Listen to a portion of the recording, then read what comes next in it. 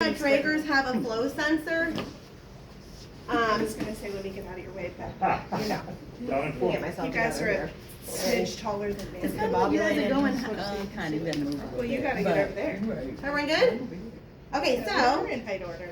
you know how the here's the expiratory flow sensor for the baby right here. I'm sorry, this is where it measures flow. The sensor is up at the top of the airway. Why do you think that is? Okay, I'm just gonna tell you. All right, so the tidal volumes are so small that it's safer to have the flow measured proximal to the patient. So this is your flow sensor, okay? You can hook up a nebulizer here, inspiratory, expiratory limb. Remember, if the GUI, which is the graphical user interface, if that goes out just like the adult, it'll still read your minute ventilation FiO2 here. All right, so I'm going to turn it on. Power button is still where the other power button is. You know it's the vn500 because once it pops on, it's got little teeny tiny baby feet. It just takes a while. The old one used to have like a wrap, you know, like you can wrap a car. It used to have a wrap on it that was like pink and blue babies or something, like. Aww. Yeah. So it just takes a little bit. You have your audio poles, you have your alarm bar up here that'll be red or yellow. You still have the turn dial and you have to push it. I'm telling you, it's like almost exactly like the adult Draeger. Does anybody develop any love for the Draeger like I have? Like the Professor Draeger, Quinn. yeah, I like It's it. not bad, right? Yeah. Look at the baby feet. Oh, little baby feet. Okay. It's starting up. Those are normal size baby feet. Yeah. This is always heated, by the way. So when you do mechanical ventilation for neonates, pediatric patients, always, always, always heat. Okay? And then remember, the endotracheal tubes do not have cuffs. And that goes all the way up to 10 kilograms. That's when it usually switches over to a cuffed ET tube. So I'm going to go with Neo. See? I have, no, that's ped, sorry. You have the option of pediatric or neonate. No option for adult. So I'm going to hit accept. This is in nighttime mode. So I'll change that over. All right, so let's see. System set up. Give me one sec. One of my coworkers didn't know it automatically switched from day shift to night shift mode, like the light screen versus the dark screen. And he was on day shift and he thought somebody was going in the room when he wasn't in there changing the screen. Right there. And he would get all mad about it. And I'm like, dude, it does it automatically. Read the manual. He was like, somebody's messing with my ventilator. Does anybody you have know, a stylus? Nobody updates, Yeah. There we go. nobody Okay. updates the time in the vent, so. All right, so, all right, so here is our main screen. Okay, so we selected Neo, because we're going to test you on neonates. Okay, so let's see, ventilator settings or ventilation settings. Here are all of your modes that you have for baby. Pressure control CMV, pressure control assist control, pressure control SIMV, CPAP, pressure support spontaneous. It also has pressure control with that mandatory minute ventilation. Remember that from adults, where it will increase the respiratory rate if it has to? Yeah? Yeah. Okay, very good. We're going to just stick with the very, very basics here. So I'm going to set it up. But did you notice it's all pressure? There's no option for volume, all right? So FiO2, I'm going to keep that on 21%. But that would be determined at the point of resuscitation. And you would, this is like such a mess. And then you would match that when you put the baby on it. So if baby was being resuscitated with 60%, what would you set your FiO2 at? Make sense? Okay.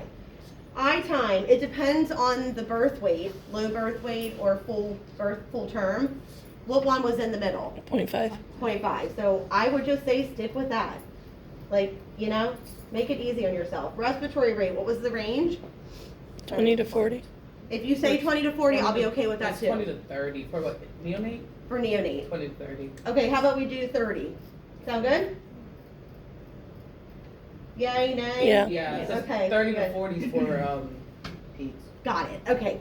And then P insp, that's your inspiratory pressure. What is the range that we start at? 15 to 20. 15 to 20. So I'll just keep it at 15, or you can go to 20, or you can go to 17. If you know they're being bagged on like the Neopuff or the Neo T, whatever, like one of those things that we have, then match that. Does that make sense? Mhm. And then your PEEP, we start at 3 to 5. Where would you like to start?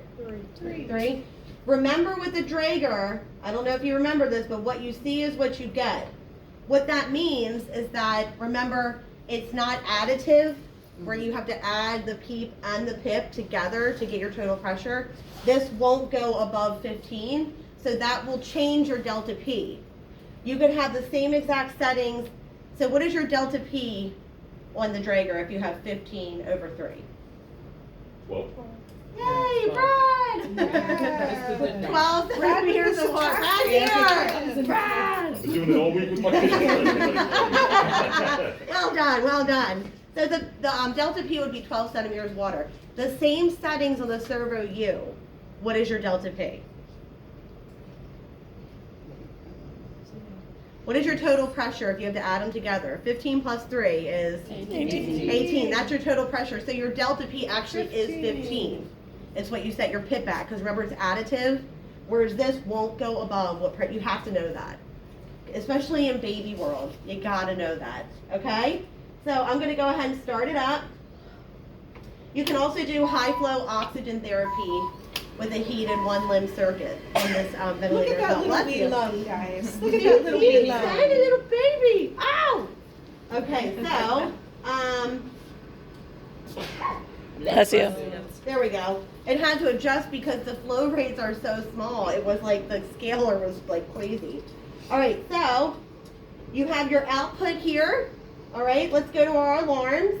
You can't even set the pressure alarm on this ventilator. It sets it automatically at 5 above, and you can't touch it. So since we set it at 15, the ventilator automatically puts it to 20 centimeters of water. Okay? Minute ventilation, this baby's minute ventilation is 0.17. It's insane. So typically I would say do 0.1 above and 0.1 below. So you could do 0.2, right? 0.25, 26. Okay, I'm just talking to myself here. Mhm. One above and one below, right? And then really low, 0.07, that's fine, okay. Minute ventilation delay is kind of like how long will it take the vent to alarm in low minute ventilation. Apnea, I kind of treat it as an apnea delay. So for babies, it's usually like 10 seconds, 10 to 15 seconds, where adults, it's how long? 20 seconds. So I would say 10. So I would do high and low at both 10. And remember, you have to confirm it if it's yellow. Oops. And that's in seconds. Again, we can't set our pressure alarm. Respiratory rate, you can do like 15 above or times 3, but times 3 is like insane. So 30 plus 15 equals, 40. yeah, Tracy! Whoop, whoop. Okay, excellent. So we've got our alarm set. You can make changes down here. You can also go back to your ventilator settings. There's patient data. You got 3 screens to view from. You have your loop. Look at that loop. That is a beautiful loop. I mean the flow volume one. The pressure volume's a little okay. There's a lot of airway resistance. Well, I mean, not a whole lot of resistance. Okay, so we got several views that you can look at. This shows the resistance and the, you okay? Oh, yeah. Okay. Alarms, vent settings, trends and data, we have that as well. We're not gonna have any trends, but if you have an infant who's been on the ventilator for a week or 2 or a month, you would wanna look at what's happening with the trends. Special maneuvers you can do. Manual inspiratory hold. I don't see any reason why you would ever need to use that. They don't do, besides aerosolizing surfactant, there's not a whole lot of aerosolized